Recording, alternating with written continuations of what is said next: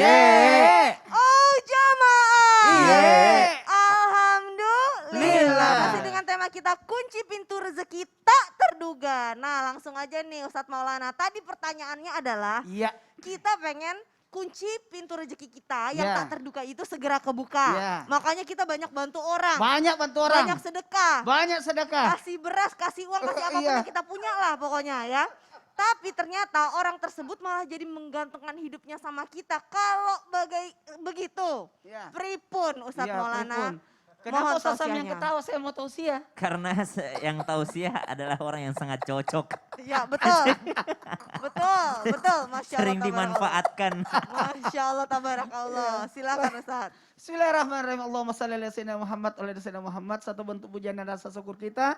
Hari ini kita membahas tentang rezeki, satu bentuk rahasia dari Allah yang kita senantiasa harus berbaik sangka kepada Allah atas rezeki yang Allah berikan. Menyikapi kalau ada orang yang kita bantu malah memanfaatkan kebaikan kita, bahkan jadi ketergantungan. Mohon maaf, menyikapinya di bagaimana ya? Kita bantu malah dia memanfaatkan kita, bahkan ketergantungan. Solusinya ingat, sedekah itu bertujuan untuk mensucikan harta. Sekali lagi, mensucikan harta. Bahkan sedekah itu membantu sesama, bahkan jadi apa? Bekal pahala untuk di akhirat. Jadi kita lihat dulu. 3 ini, sucikan jiwa, membantu orang, bahkan bekal. Jadi kalau begitu, kalau ini mensucikan jiwa udah aman. Alhamdulillah. Jangan sampai kita maaf ya, ada orang disucikan dengan sakit, disucikan dengan ditipu, kehilangan, dan kebakaran, atau kecurian. Disucinya lewat begitu. Kalau begitu kita keluarin aja. Karena kadang-kala maaf dalam harta kita ada hak orang lain, harus keluarin. Kemudian kita bantu orang. Artinya seandainya engkau tidak bantu dia, Allah akan kirim orang lain untuk bantu dia. Berarti mesti harus kita. Mohon izin tapi jangan sampai kita meninggalkan kebaikan yang luar biasa itu. Dan berikutnya ternyata ini adalah sebenarnya buat kita. Jadi rezeki itu yang dimakan, yang dipakai, yang disedekahkan. Jadi sebenarnya orang datang ke rumah kita, dia makan di rumah kita, itu pasti rezekinya dia. Karena yang dimakan. Dia nginap di rumah kita, berarti ada rezekinya untuk nginap di rumah kita. Itu rezekinya dia. Nah apa yang kita keluarkan sebenarnya itu rezeki kita. Jadi selebihnya belum tentu milik kita. Ini harus dicamkan. Jadi sedekah itu tidak hanya, mohon maaf langsung begini. Sedekah manusia tidak hanya mendapatkan pahala dari Allah. Tapi juga mendapatkan apa? Hubungannya baik dengan sesama manusia. Wa ma anfaqtum min syai'in yuhlifu, Allah ganti lebih banyak daripada itu. Kayak orang mancing, sedekah itu kayak mancing. Kalau umpannya ini langsung ada makan, ada ikan yang lebih besar lagi. Semakin besar umpannya semakin bagus.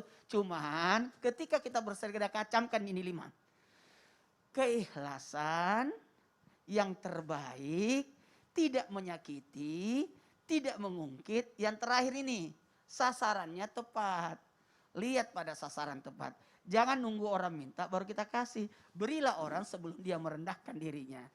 Apalagi kalau sudah ada kategori minta-minta. Ini nauzubillah berarti sudah merendahkan diri. Dalam hal ini sasaran tepat itu perlu diperhatikan. Nah paling bagus itu kalau kita bersedekah. Nah, itu tadi saya sempat tausiahnya. Karunia. Cari ilmu. Bikin sekolah. Memberantas kemiskinan lewat pendidikan. Lebih bagus seperti itu caranya. Jadi lebih bagus kita buat lapangan pekerjaan. Orang kerja di situ, jadi dia tidak mengemis tapi dimuliakan lewat kerja sama kita. Sedekah dengan membuat lapangan pekerjaan. Sedekah dengan membuat sekolah. Sedekah dengan membuat fasilitas yang bisa dimanfaatkan orang banyak. Amin, amin ya Allah ya Rabbal Alamin. Insya Allah Ustadz Maulana Ustadz Syam segera punya sekolah di Kabupaten Kendal ya. Amin, amin, amin. Jauh amat di Ustadz Kendal. Brokon juga ya. Iya dong biar dekat sama saya insya Allah. Jamaah. Kita lihat yuk ada video yang lagi viral banget nih. Ini dia tayangannya. Permainan iko-ikoan ini bermula saat Arif Muhammad mendapat DM dari salah satu followersnya yang sudah mengikuti akun Instagram beberapa bisnisnya. Membaca DM tersebut, Arif Muhammad langsung menyebut stafnya Rizky yang akrab disapa Ikoy untuk mengirim followersnya tersebut uang tunai 1 juta rupiah. Melalui Ikoy lah, Arif awalnya memberikan hadiah berupa uang, makanan, vitamin, hingga ponsel kepada pengikut di Instagramnya. Karena banyak followers acak yang menerima hadiah kejutan dari Arif Muhammad melalui perantara Ikoy sang staff, permainan ini disebut Ikoy-Ikoyan. Tidak lama kemudian, tren permainan ini menyeruak di sejumlah postingan instastory selebgram lain seperti @tuihandaanda dan @tasyafarasya. Dikutip dari Tribunnews.com, selain membagikan uang tunai, Arif Muhammad juga membagikan produk usaha miliknya hingga handphone. Setelah aksinya berbagi viral, Arif Muhammad menyebut banyak orang yang terinspirasi ingin ikut memberikan donasi atau bantuan. Singkatnya Ustadz Syam, ini jadi banyak pertanyaan besar. Tren seperti ini boleh diikutin atau enggak sih? Soalnya katanya kan meminta-minta dalam Islam itu enggak boleh. Tapi kalau begini tuh gimana, mohon tausiahnya? Tabe guruku, Ustadz Maulana, Ustadz Blangkon Loreng, Kak Caca, serta para alim ulama yang dimuliakan Allah Subhanahu wa taala, serta Mas Arif Muhammad yang dimuliakan Allah yang membuat tren yang luar biasa sehingga mengajak orang lain untuk berbagi. Dan alhamdulillah ala kulli hal, sebenarnya ini mutual gitu ya, saling berbagi itu bukan hanya yang diuntungkan followersnya, tapi Mas Arif juga diuntungkan karena harus follow bisnisnya dulu dan follow orangnya dulu. Jadi subhanallah tabarakallah, kata Al-Quran begini, wa ta'awanu 'alal birri wat taqwa, saling mengingatkan, saling berlomba dalam kebaikan dan ketakwaan. Maka tren itu baik, tren berbagi itu sangat-sangat baik, tapi tidak dengan tren meminta. Kalau berbagi itu baik, tapi meminta itu tidak baik. Kenapa? Kata Al-Quran, yahsabuhumul jahilu aghniya'a minat ta'affuf. Ada satu sifat yang dimiliki seorang beriman, itu namanya iffah atau kehormatan diri. Ada seorang alim atau seorang hikmah lagi sedang berdoa di dalam masjid. Ketika dia berdoa menangis, lalu ada seorang khalifah di sampingnya. Khalifah ini mengatakan, kasihan sekali orang ini, seakan-akan dia sangat butuh bantuan. Lalu dia tanyakan kepada orang tersebut. Kata khalifah ini, wahai orang tua, adakah yang engkau butuhkan? Adakah yang engkau minta? Adakah yang engkau perlukan? Saya akan memberikanmu. Apa jawaban orang tua tersebut? Saya malu minta kepada manusia, sedangkan saya berada di rumah Allah. Harusnya saya minta sama Allah karena saya berada di dalam rumahnya Allah. Akhirnya khalifah ini mengatakan, oh kalau begitu saya keluar masjid. Dia keluar masjid khalifahnya, lalu dia nungguin di luar masjid. Mungkin kalau di luar masjid orang ini udah mau karena udah di luar rumah Allah. Akhirnya berada di luar masjid, khalifah nanya kembali, wahai orang tua, sekarang kita di luar rumah Allah. Sekarang sampaikan kepadaku apa yang engkau butuhkan. Kata orang tua ini, apa yang akan engkau berikan kepadaku, akhirat atau dunia? Kata khalifahnya, kalau akhirat saya tidak bisa menjaminmu. Tapi kalau dunia insya Allah apa yang engkau minta insya Allah saya akan penuhi. Apa jawaban orang tua tersebut? Kalau kepada pemilik dunia saja saya tidak pernah minta dunia, apalagi kepadamu. Jadi dia cuma minta akhirat, dia tidak meminta dunia. Kepada yang memiliki dunia saja saya tidak pernah meminta dunia, apalagi kepadamu wahai khalifah. Subhanallah, ada iffah, ada perasaan menjaga kehormatan diri. Jadi tren berbagi itu sangat baik, tapi tren meminta itu tidak baik. Subhanallah. Namun demikian ketika ada orang yang membutuhkan, alangkah baiknya ketika kita memberikan, membagikan sebelum mereka meminta. Kita punya tetangga, kita punya saudara, mereka adalah orang-orang yang membutuhkan, maka berilah sebelum mereka meminta. Itulah yang diinginkan oleh Al-Quran. Lan tanalul birra hatta tunfiqu mimma tuhibbun. Engkau tidak akan pernah bahagia sebelum engkau membagikan apa yang engkau cintai. Namun sekali lagi teman-teman, tangan di atas itu lebih baik dibandingkan tangan di bawah. Rezeki kita masing-masing sudah diberikan oleh Allah Subhanahu wa taala. Maka jangan pernah untuk meminta kepada manusia sedangkan kita mengakui bahwa iyyaka na'budu wa iyyaka nasta'in atau Allahus Samad, hanya Allah tempat kita bergantung. Wallahu taala alam. Masya Allah, artinya tren ini baik. Tren untuk Baik. saling berbaginya baik. Baik. Tapi tren Meminta. responnya yang minta-minta tidak Apalagi baik. kalau sampai menipu. Naudzubillah. Nauzubillah min dalik. Baiklah, kita insya Allah terjaga harga dirinya semua, terjaga dari meminta-minta karena insya Allah kita ya kan udah belajar nih di Islam itu indah. Jadi boleh tren berbagi tapi jangan diikuti dengan tren meminta-minta. Jazakallah khair Ustadz Syam. Jamaah. Jadi Ustadz Blangkon, sebenarnya dalam Islam tuh apa aja sih yang termasuk rezeki? Mohon tausiahnya. Terima kasih. Ustadz Maulana, Ustadz Sam dan guru-guru yang lain, insya Allah mudah-mudahan diberkahi dan dipanjangkan umurnya oleh Allah Subhanahu wa taala. Ibu bapak jamaah yang dirahmati Allah Subhanahu wa taala. Semakin lama semakin panas ini pembahasan kita. Walaupun di studio dingin, tapi semakin panas. Artinya apa? Ilmu yang diajarkan adalah insya Allah bermanfaat. Ibu bapak jamaah yang dirahmati Allah Subhanahu wa taala, di dalam Islam apa sajakah yang termasuk rizki? Rizki adalah pemberian dari Allah Subhanahu wa taala yang berupa kebaikan dan kebajikan dengan dua sifat, yaitu dhahiriyah dan batiniyah. Napa niku?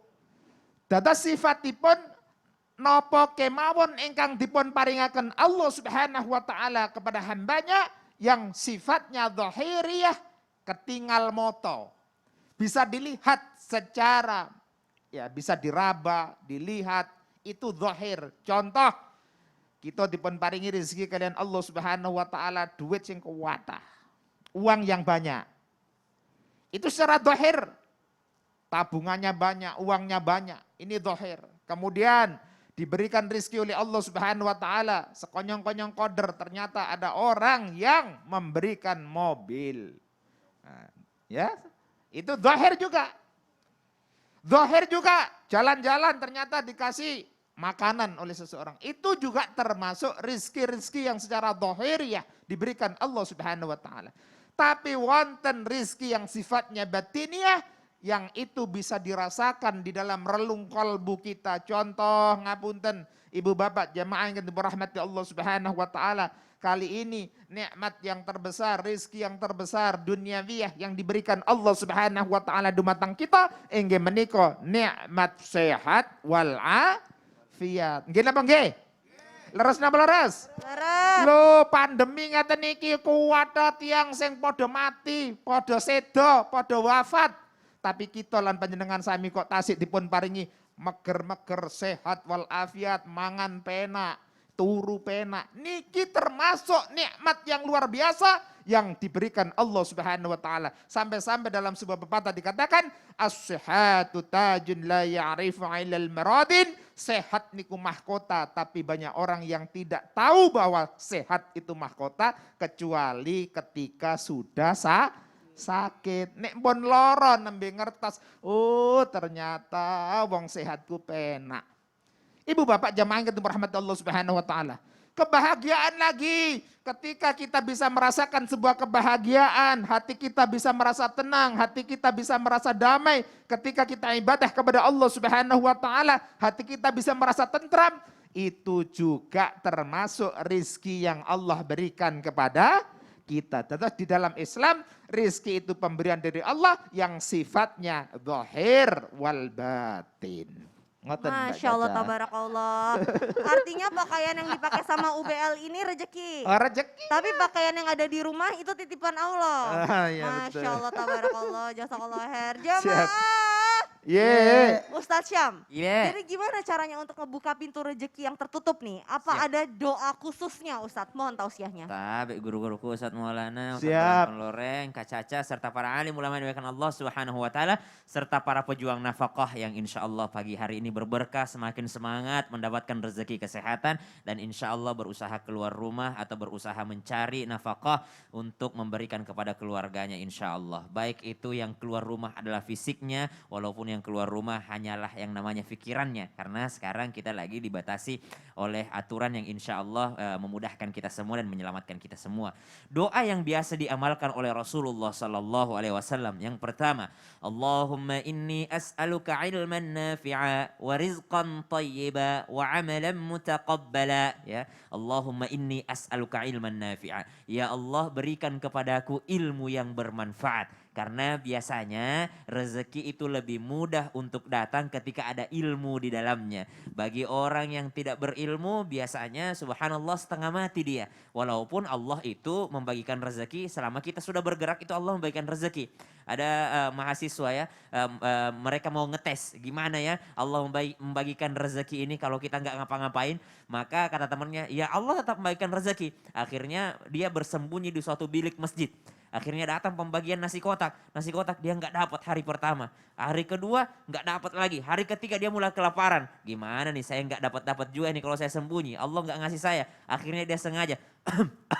Akhirnya diketahuan, ada orang ternyata udah kelaparan di sana. Diberikan daripada nasi kotak tersebut. Maka dia mengatakan, lihat saya nggak ngapa-ngapain, Allah berikan saya rezeki. Kata temennya, itu bukan nggak ngapa-ngapain. Itu udah bagian daripada usaha. Itu bagian daripada usaha. Jadi kalau nggak ngapa-ngapain itu nggak bisa sama sekali. Maka subhanallah Allah berikan rezeki. Ilman nafi'a, minta dulu ilmu yang bermanfaat. Setelah itu warizqan tayyiba, dan minta rezeki yang baik dari Allah Subhanahu wa taala, wa amalan mutaqabbala, dan pekerjaan yang dinilai ibadah di sisi Allah Subhanahu wa taala, amal yang makbul yang diterima oleh Allah Subhanahu wa taala. Maka setelah membaca doa ini, usahakan syarat berdoa itu cuma 2 sebenarnya. Akui diri paling lemah dan akui Allah yang paling kuat. Akui dulu diri paling lemah dan akui Allah yang maha kuasa. Contoh Nabi Ayub alaihissalam ketika sakit, dia akui dirinya dulu lemah. Anni masaniyad dur. Ya Allah, saya ini sakit banget. Wa anta arhamur rahimin. Tapi engkau maha penyayang. Coba Nabi Zakaria mengakui, ya Allah saya ini udah mandul, gimana bisa punya anak? Tapi ku tahu engkau itu maha pemberi rezeki. Akui diri lemah, lalu akui Allah yang maha kuasa.